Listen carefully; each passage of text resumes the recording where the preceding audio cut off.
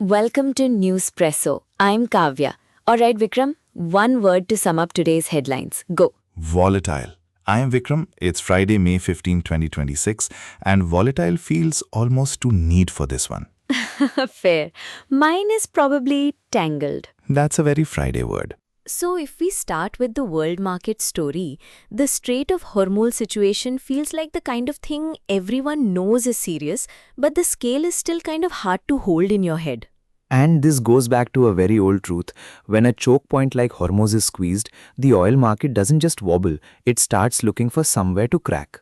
The IEA warning is pretty stark. Inventories are draining, demand may not bridge the supply gap, and they're saying the market could stay severely undersupplied through much of 2026.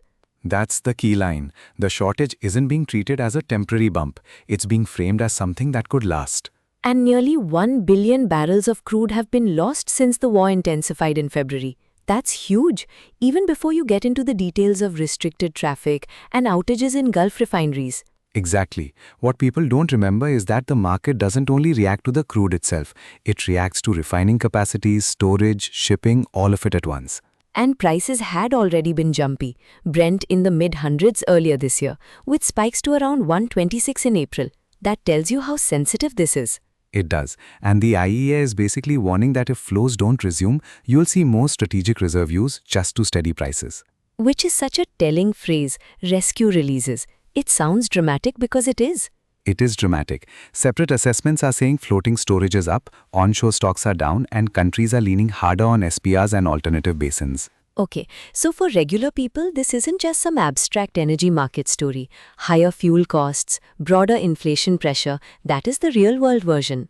And the Northern Hemisphere summer travel season matters here too. If refinery runs are already slipping, then demand-side pressure can get worse just as people start moving more. The thing that connects this to everything else today is that energy is now shaping diplomacy, budgets, even convoy sizes. That's right. In this kind of market, geopolitics becomes household economics very quickly. So, moving from the oil shock to the bigger geopolitical picture, BRICS overtaking the G7 in PPP terms is one of those headlines that sounds technical but is actually pretty symbolic. And the numbers are striking. IMF data puts BRICS at about $88 trillion, compared with the G7 $62 trillion in PPP terms. Right. Even if raw dollar values still lean towards the G7 for now, the direction of travel is pretty hard to ignore. The pattern here is actually about power reorganization, not just GDP math. And India hosting Russia talks in New Delhi makes that feel immediate. Russia remains a critical crude supplier for India, and Moscow is clearly signaling that relationship isn't going away. Lavrov's visit is doing a lot of work here. It's not just ceremonial. It's tied to BRICS-focused talks and to broader efforts on shipping routes, currency mechanisms, and logistics. So, if you zoom out, this isn't just India-Russia. It's BRICS trying to build a different kind of plumbing for finance and trade. Yes, local currency experiments, the new development bank, multipolar finance, all of that is part of the conversation. And Modi and Lavrov also exchanged views on Ukraine, West Asia, and energy. Modi pressing for dialogue, Lavrov reaffirming energy supply commitments. Which tells you how tightly energy and diplomacy are fused right now. India wants supply security, Russia wants durable demand. The 100 billion bilateral trade target by 2030 sits inside that story too, though the trade balance tilts towards Moscow, so there are risks there. There are. Over-reliance on energy always carries a price. Still, for ordinary people, the practical effect might be more choices in energy sourcing, but also more volatility if these political relationships shift. And that volatility is exactly what the Hormuz crisis is amplifying in the background. Okay, and this is where it gets even more intricate. Iran tightening control over Hormuz while insisting passage is still open. This goes back to the strait's basic reality. It handles a fifth of the world's oil, so any new rule around it matters far beyond the region. What stood out to me is the move from a simple passage to something like a regulated corridor. The Persian Gulf Strait Authority, the formal mechanisms, the invoiced passage language. That's a big shift. It is. Iran is signaling that ships can pass, but not on terms divorced from Iranian naval coordination. And Abbas Araghchi is pushing back against Western claims of a blockade, saying the strait remains open, just with coordination. That's the diplomatic framing. The security framing is different. Parliament and security commissions are drafting measures that could formalize operations and potentially bar hostile ships. So it's not just a naval issue, it's becoming a legal and economic regime. Exactly. And that's why Iran spokespeople talking about toll revenue matter. If passage becomes invoiced, that's a new source of leverage and income. I mean, that's a pretty intense way to turn a choke point into a business model. Choke point is doing a lot of work there, yes. International actors are trying to unwind this too. The IMO and a 40-nation coalition working on traffic separation schemes and evacuation frameworks. Because if the route stays unstable, the whole global shipping system pays for it. And that loops back into prices, supply chains, and the kind of inflation pressure we were just talking about. Precisely. Hormuz is not a regional story anymore, not in the way markets are reacting. All right, moving on from geopolitics into domestic politics. And honestly, this one has all the texture of a very consequential state assembly day. Vijay's floor test win in Tamil Nadu sounds straightforward on paper, but the details are anything but. It really isn't straightforward. 144 MLAs backed TVK, 22 opposed, 5 abstained. That's a clear result, but the path to it is what makes it politically interesting. Because TVK only had 107 seats on paper, right? So the outside support and rebel AIADMK backing changed everything. Exactly. Congress, CPI, CPIM, VCK, IUML, and 25 rebel AIADMK MLAs pushed the government past the majority mark. And the DMK walked out in protest. That gives the whole thing a very charged atmosphere. The internal AIADMK split is really the story underneath the story. EPS loyalists on one side, the Shanmugam Vellumani faction on the other. Which makes you wonder whether this is just a floor test or actually a sign of a bigger realignment. It's both. The win elevates TVK as a main alternative to the long dominant DMK-AIADMK axis. So it's not only about survival in the assembly, it's about who gets to define the next political map. And opponents are already calling it horse trading, questioning the legitimacy because of the defections. But Vijay is framing it as a democratic endorsement, a transparent process. Yes, and that difference matters. In politics, the same vote can be described as stability or as opportunism depending on where you stand. What I keep coming back to is how much this hinges on the AIADMK split. That factional crack could shape a lot more than one vote. It could. Regional parties live and die by cohesion.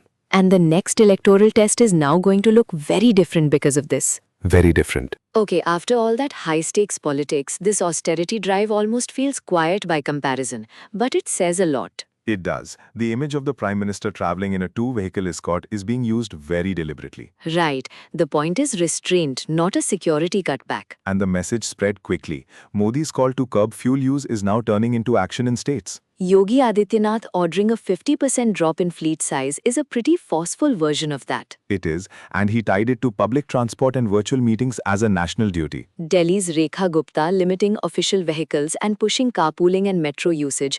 That's a different style, but the same theme. Haryana's Nayab Singh Saini is doing the minimal essential vehicles and weekly virtual work line. Goa's Pramod Sawant halved his convoy from 6 to 3. And in Maharashtra, Gadkari traveling by bus to review projects is kind of the most visually obvious version of the whole thing. It is, but the seriousness underneath is real. Leaders are trying to show they are cutting fuel waste and foreign travel without touching welfare or capital expenditure. So the signal is model behavior. Save fuel, reduce import dependence, don't make it look like austerity is hitting ordinary services. That's the balance. Security protocols remain intact, but the excess is what they're trying to strip away. It's funny because this reminds me of how a small convoy can say more than a long speech. Yes, and in this market, symbolism and policy are running side by side. Okay, let's move into the economy, because the oil and trade threads are all tangled there too. The Russian oil waiver story feels like the practical version of all that geopolitics we've been talking about. It does.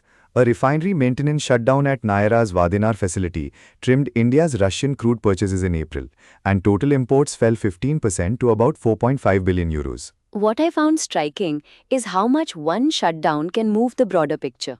Vadinar intake fell by roughly 92%. And Jamnagar's drop was around 38%. So yes, a single maintenance window can tilt national exposure. Even so, India stayed the world's second largest buyer of Russian oil and fossil fuels. That's the structural part. Discounted Russian crude has become built into the refining system. And now the government is publicly urging the US to extend the waiver for oil already loaded on ships beyond May 16th. Because from New Delhi's perspective, energy security and cooking gas security matter more when West Asia is unstable and Hormuz is disrupted. So the waiver is basically a pressure valve in an already pressured system. That's a good way to put it.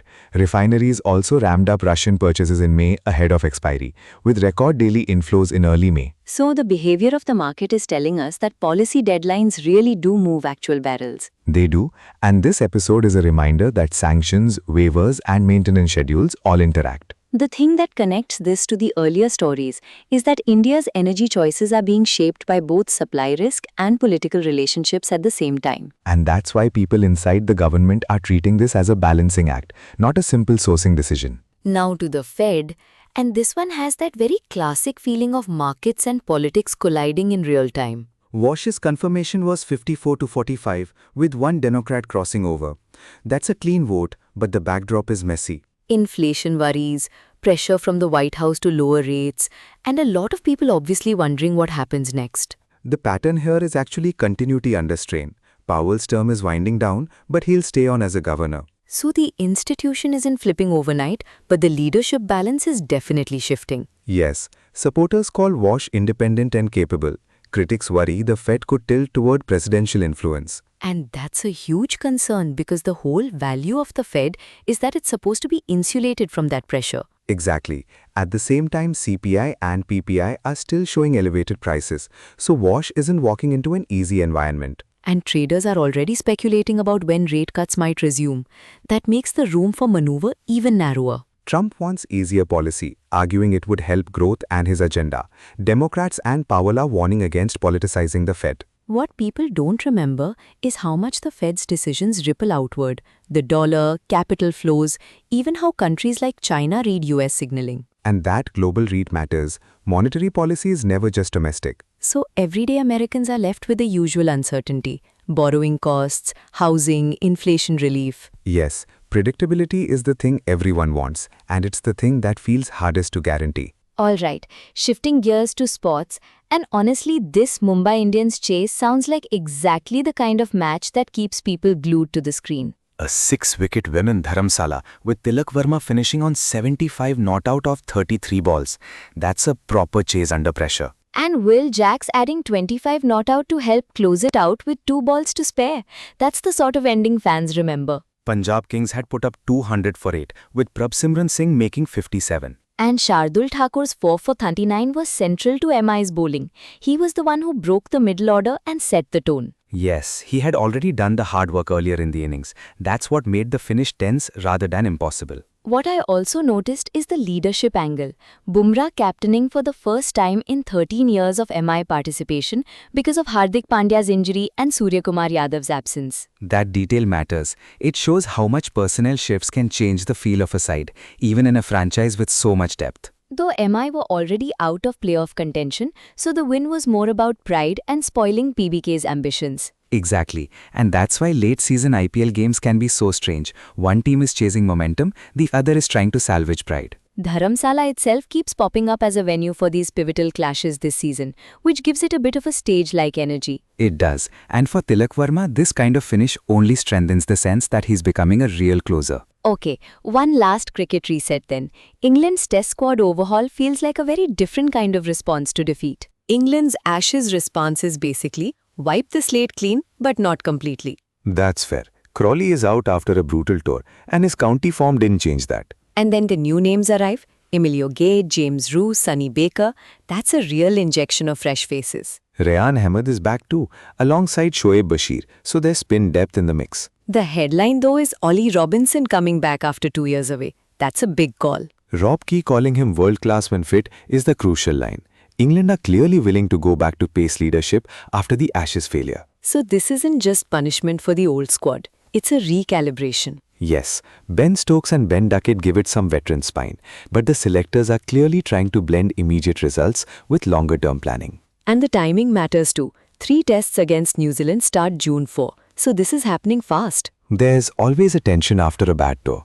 Do you rebuild slowly, or do you make the break and live with it? England seem to have chosen the second option, at least partially. They have. Fitness, accountability, selection resets, all of that is now front and center. And after an Ashes defeat, maybe that's the only language available. Maybe. That was a full run, honestly. Oil, diplomacy, state politics, austerity, money, and cricket. The world has a way of refusing to stay in one lane. Very true. Thanks for hanging out with us on Newspresso. Stay tuned, and we'll be back soon.